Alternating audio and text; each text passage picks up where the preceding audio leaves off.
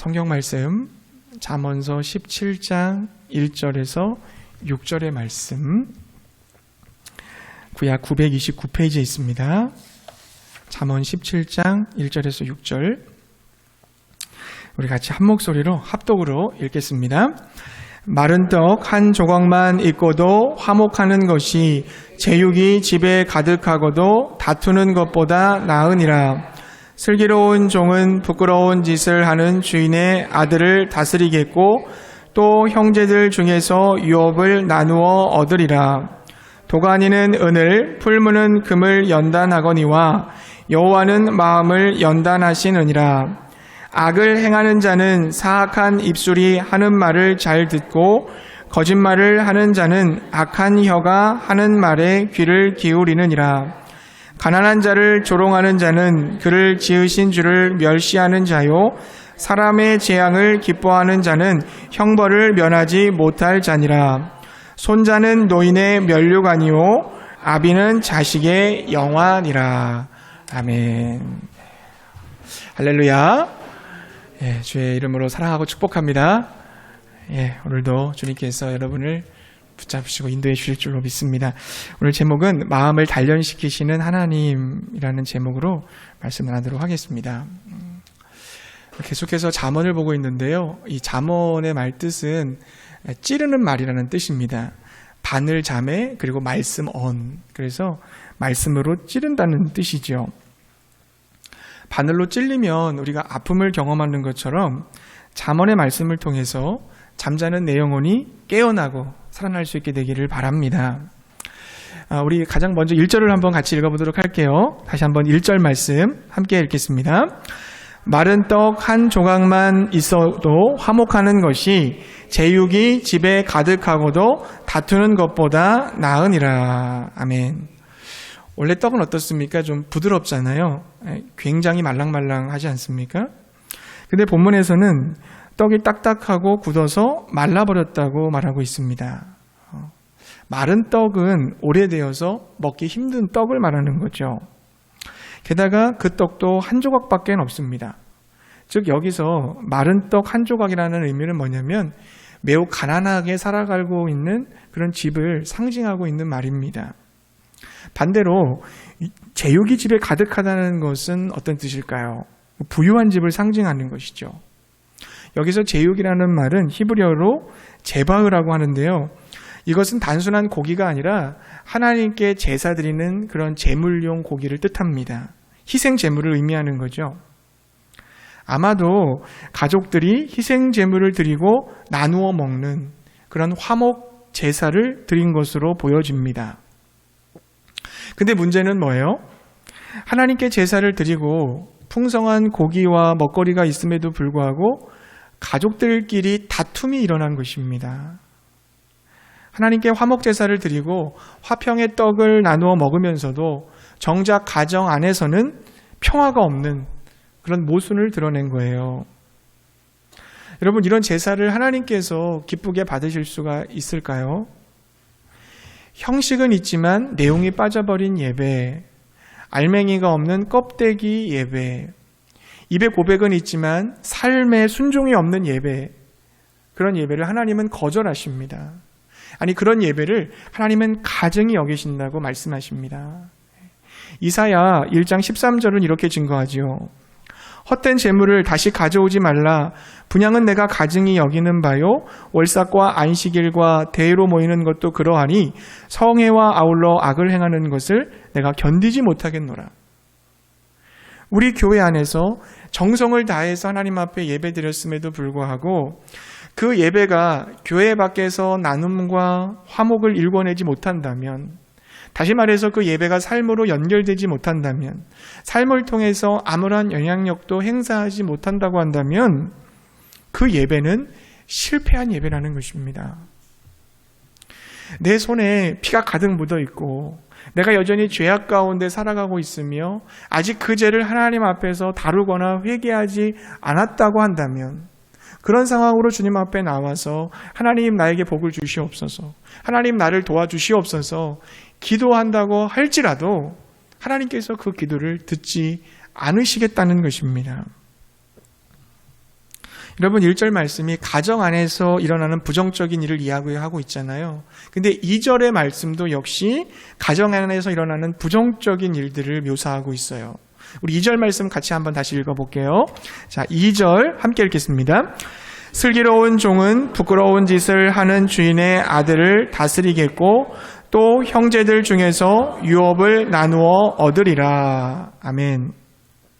집안의 지혜로운 종이 수치스러운 아들보다 훨씬 낫다는 말입니다. 지혜로운 종은 아마 그 집에 어떤 노예였을 거예요. 하지만 유능하고 덕이 있고 사려 깊어서 아들로 입양을 해준 거죠. 그래서 그는 수치를 행하는 원래 아들을 다스리는 위치에 서게 되고요. 집안에서도 상당한 유산을 상속받을 수 있는 것으로 보여집니다. 여러분 이야기를 들으면서 떠오르는 사람이 없습니까? 바로 홈리와 비느하스, 엘리 제사장의 두 아들 홈리와 비느하스가 떠올라집니다. 엘리가 제사장이었기 때문에 홈리와 비느하스도 제사장의 역할을 감당을 했어요. 근데 그들은 제사장의 일들을 감당하면서 정말 입에도 오르기 힘들 만한 그런 부끄러운 짓들을 행했습니다. 사람들이 제사를 지내려고 고기를 가지고 오면 그 고기를 삶게 되는데 그 삶는 그 고기를 어떻게 됩니까? 자기들이 건져서 자기들이 그걸 다 가져가 버렸습니다. 성전에서 수종드는 여인들을 겁탈하기도 했어요. 그들은 불량자라고 얘기하고 하나님을 알지 못하는 자들이라고 기록을 합니다. 그래서 여러분 그 결과가 어떻게 됐어요? 하나님께서 그들을 심판하셔서 그들이 전쟁에 나가서 비참하게 죽고 말았습니다. 자, 그들 대신에 하나님이 누굴 세우세요? 사무엘이라고 하는 하나님의 사람을 세우죠. 민족의 지도자로 세우셨습니다. 사무엘을 통해서 이스라엘 백성들이 굉장히 많은 복을 받게 되고 그리고 이스라엘이 굉장한 위기에 빠졌을 때 사무엘이 그 위기를 극복해내는 그렇게 하나님께 쓰임받는 사람이 되게 됩니다. 사랑하는 성도님들, 나의 자녀가 슬기롭고 충성되어져서 가정과 직장을 잘 경영해 나가고 또 하나님께 인정을 받고 사람들을 이롭게 하는 사람이 되어야 되지 않겠습니까? 근데 있는 자리도 빼앗기고 가족들의 근심거리요 또 사람들에게 안 좋은 영향력을 준다면 여러분 얼마나 이게 가슴 아픈 일이겠어요.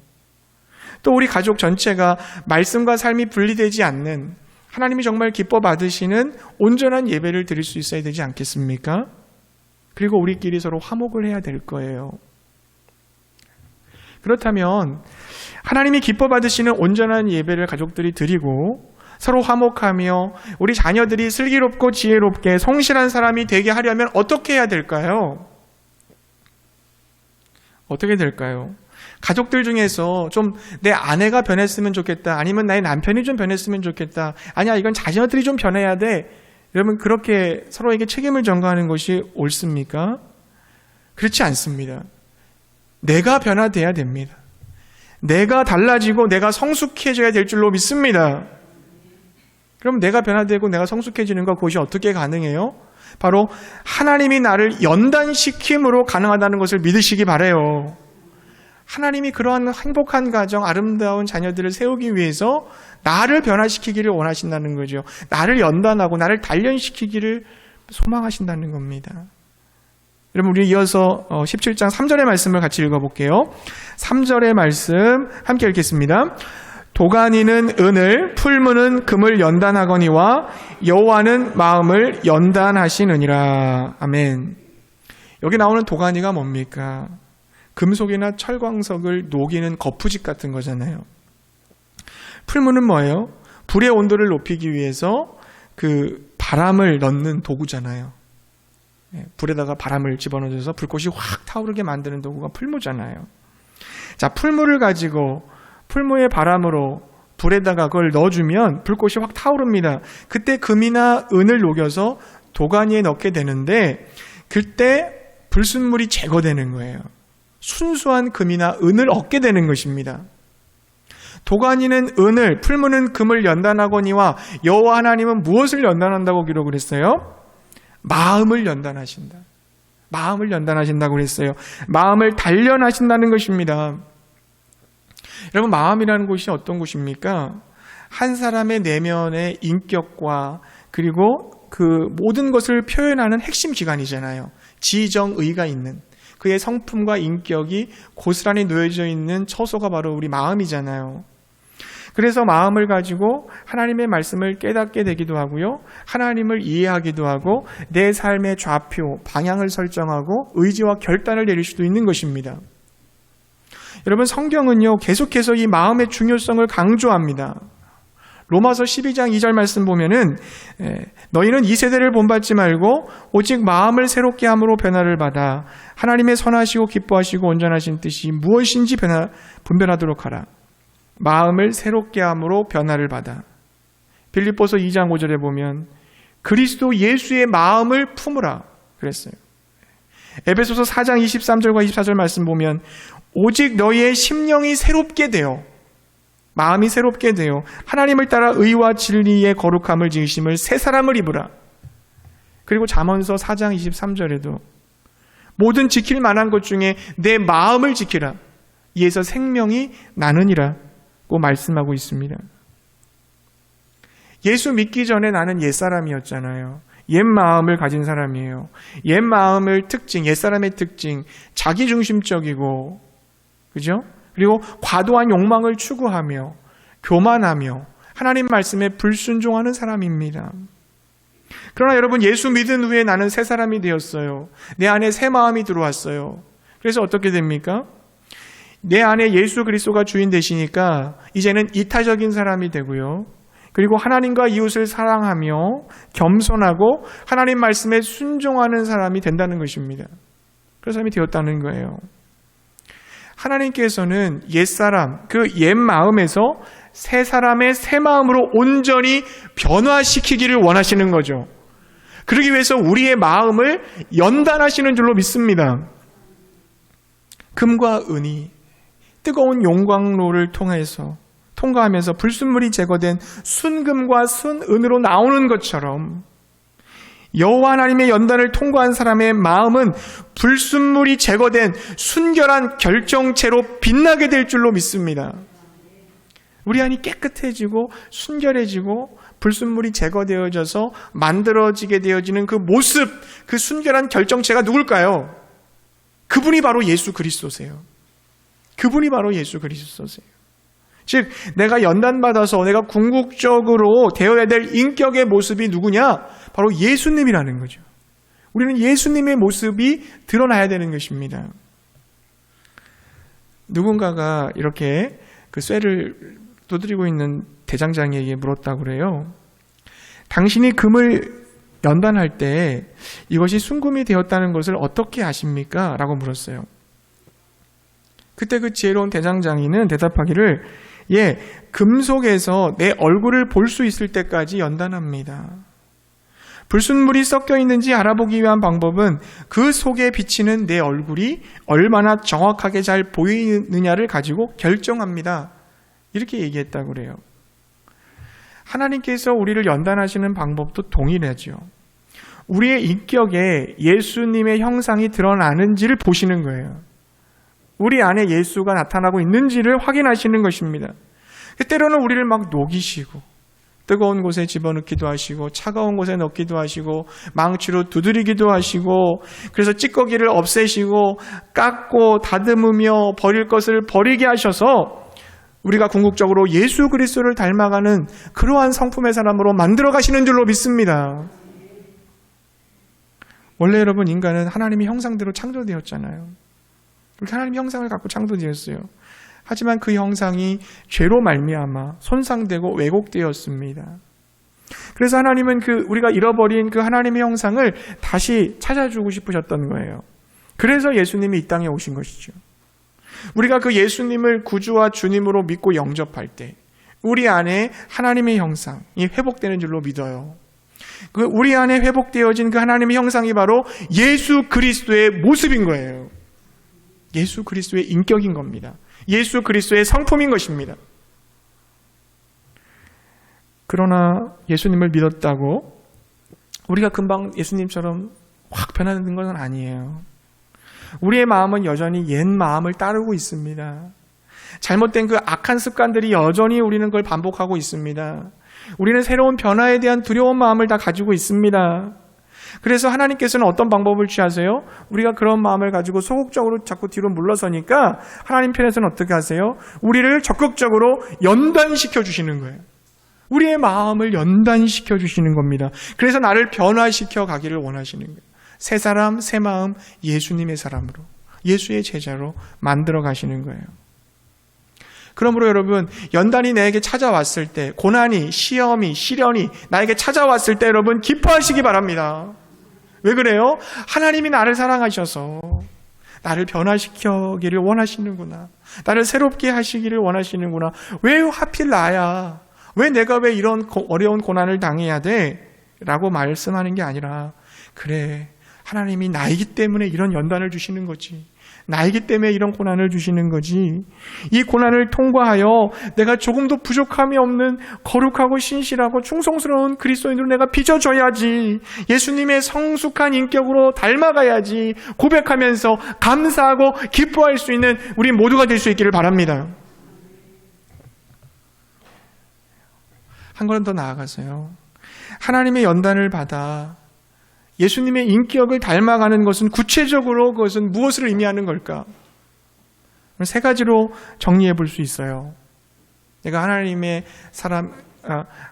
주시는 그러한 연단을 받아서 예수님의 모습으로 변화되어진다는 것의 모습은 세 가지로 볼 수 있어요. 첫째는 영적인 분별력을 갖게 된다는 겁니다. 영적인 분별력. 우리 4절의 말씀을 함께 읽어볼까요? 우리 4절 말씀 함께 읽겠습니다. 악을 행하는 자는 사악한 입술이 하는 말을 잘 듣고 거짓말을 하는 자는 악한 혀가 하는 말에 귀를 기울이느니라. 아멘. 자, 이 말씀이 무슨 뜻일까요? 악인은 의로운 말, 바른 말을 듣지 못한다는 겁니다. 아무리 좋은 말, 바른 말을 해줘도 그걸 듣지 않는다는 거예요.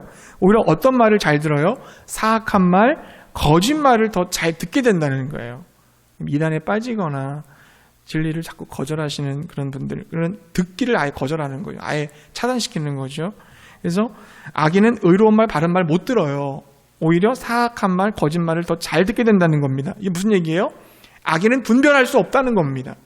나에게 유익한 것이, 좋은 것이 뭔지, 나에게 해가 되고 손해가 되는 게 뭔지를 구분하지 못한다. 분간하지 못한다는 것입니다. 그러나 하나님의 연단을 받은 의인은 어떻게 됩니까? 하나님의 연단을 받은 의인은 영적인 분별력을 갖게 된다는 거예요. 내 생에 있어서 정말 중요한 것이 뭔가, 그리고 중요하지 않은 것이 무엇인지 이것을 깨닫게 된다는 것입니다. 로마서 8장 17절부터 18절 보면 이렇게 되었어요. 자녀이면 또한 상속자, 곧 하나님의 상속자요 그리스도와 함께한 상속자니 우리가 그와 함께 영광을 받기 위하여 고난도 함께 받아야 할 것이니라.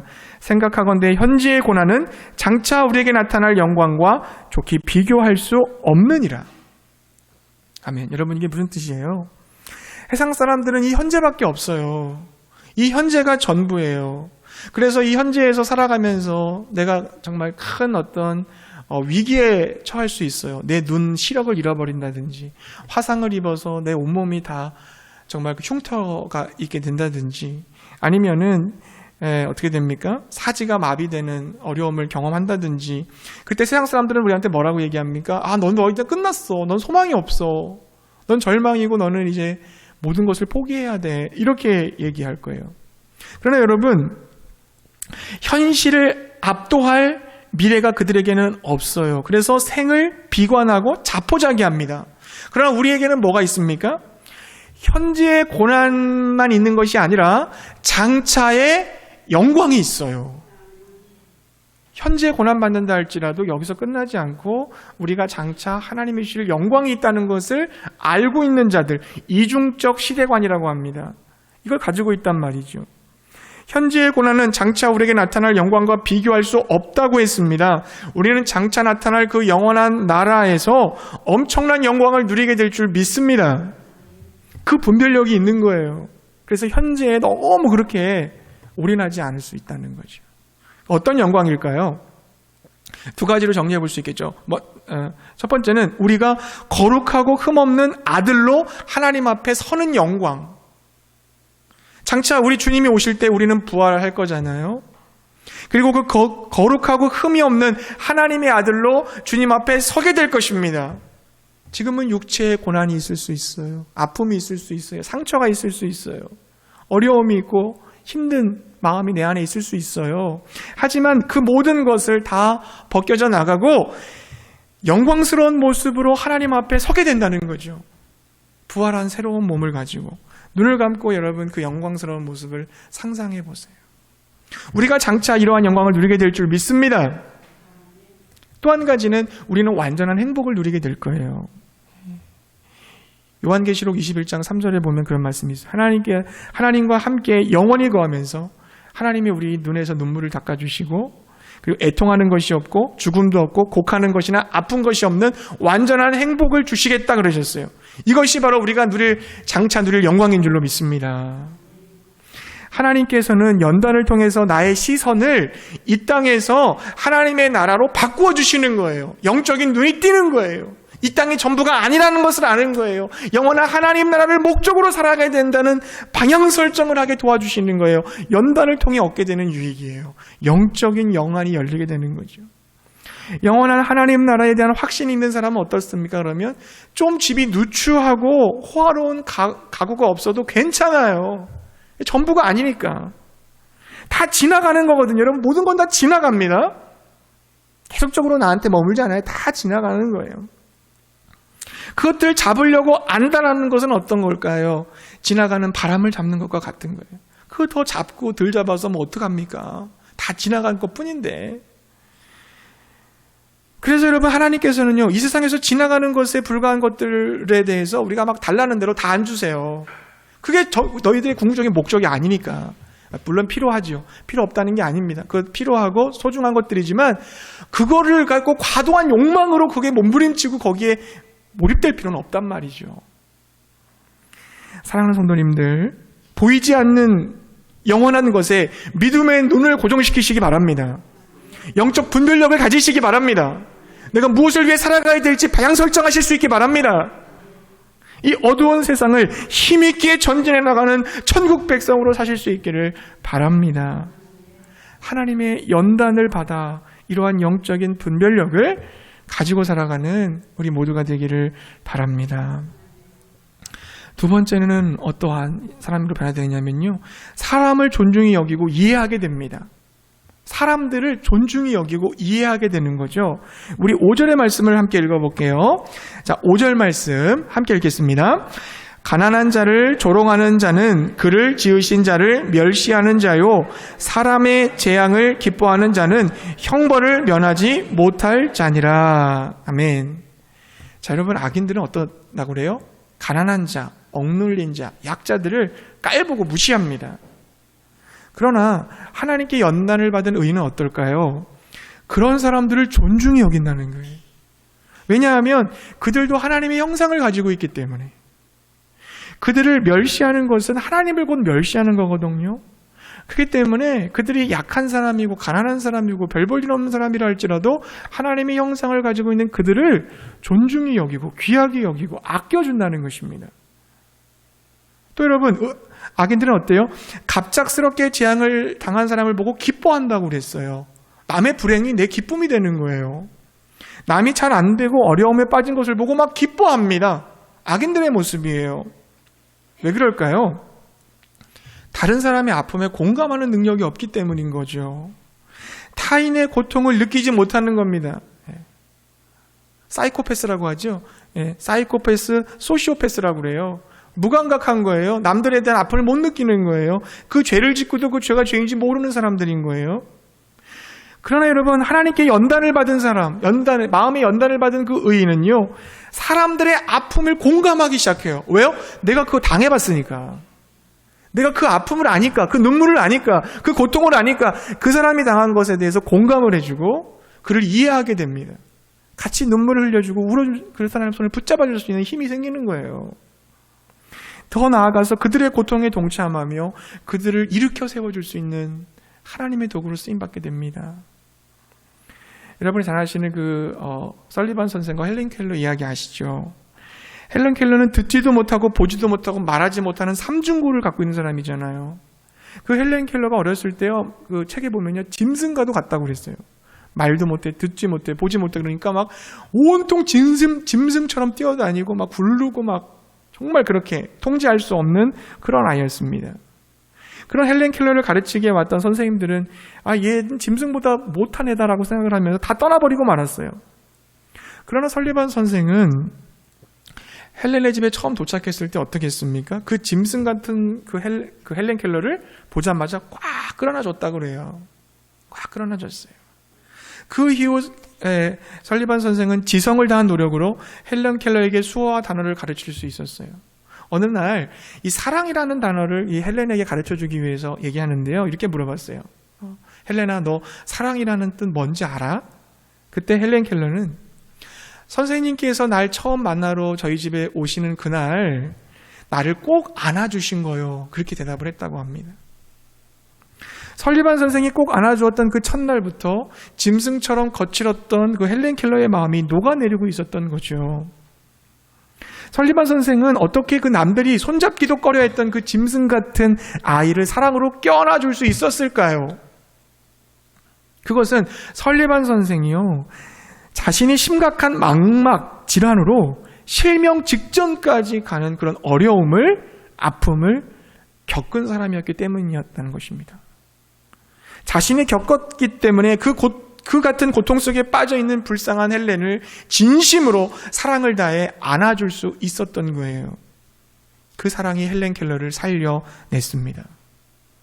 사랑하는 성도님들, 하나님께 여러분 연단 받으셨습니까?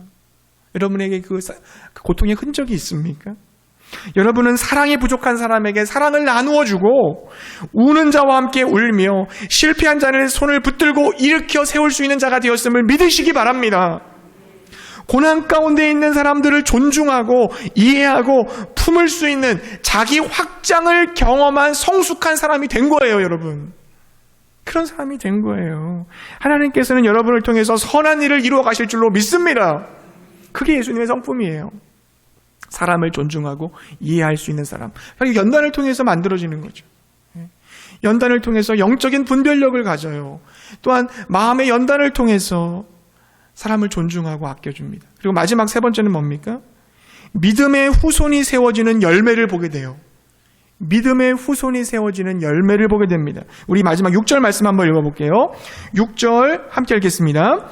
손자는 노인의 면류관이요 아비는 자식의 영환이라. 아멘. 여러분, 사람이요, 시간이 지나면 다 죽습니다.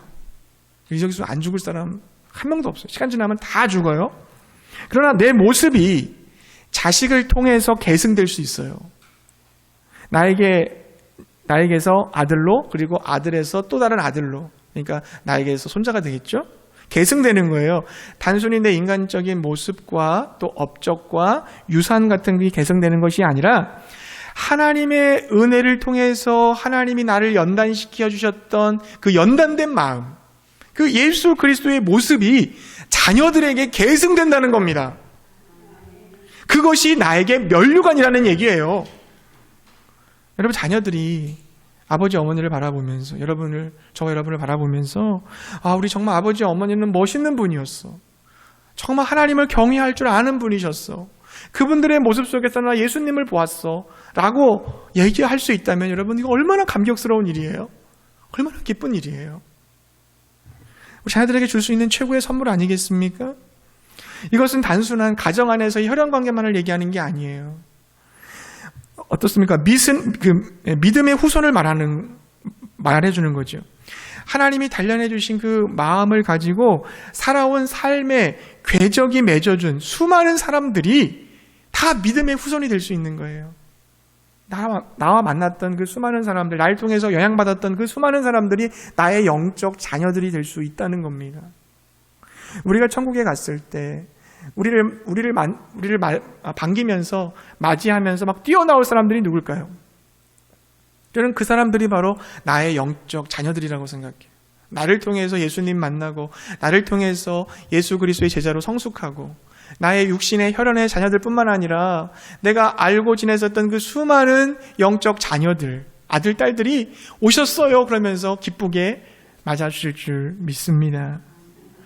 사랑하는 성도님들, 주님께 연단받은 우리들은 지금부터라도 믿음의 후손들을 세워가야 될 줄 믿습니다. 그게 지혜로운 사람이에요.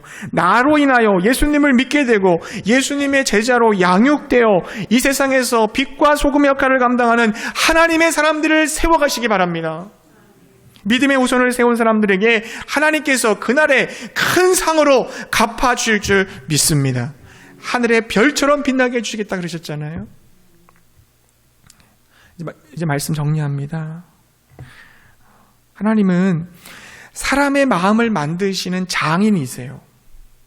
마음을 만드시는 장인. 그분은 연단이라는 삶의 우리의 일정한 구간을 사용하셔서 우리를 정금과 같이 빚어내십니다.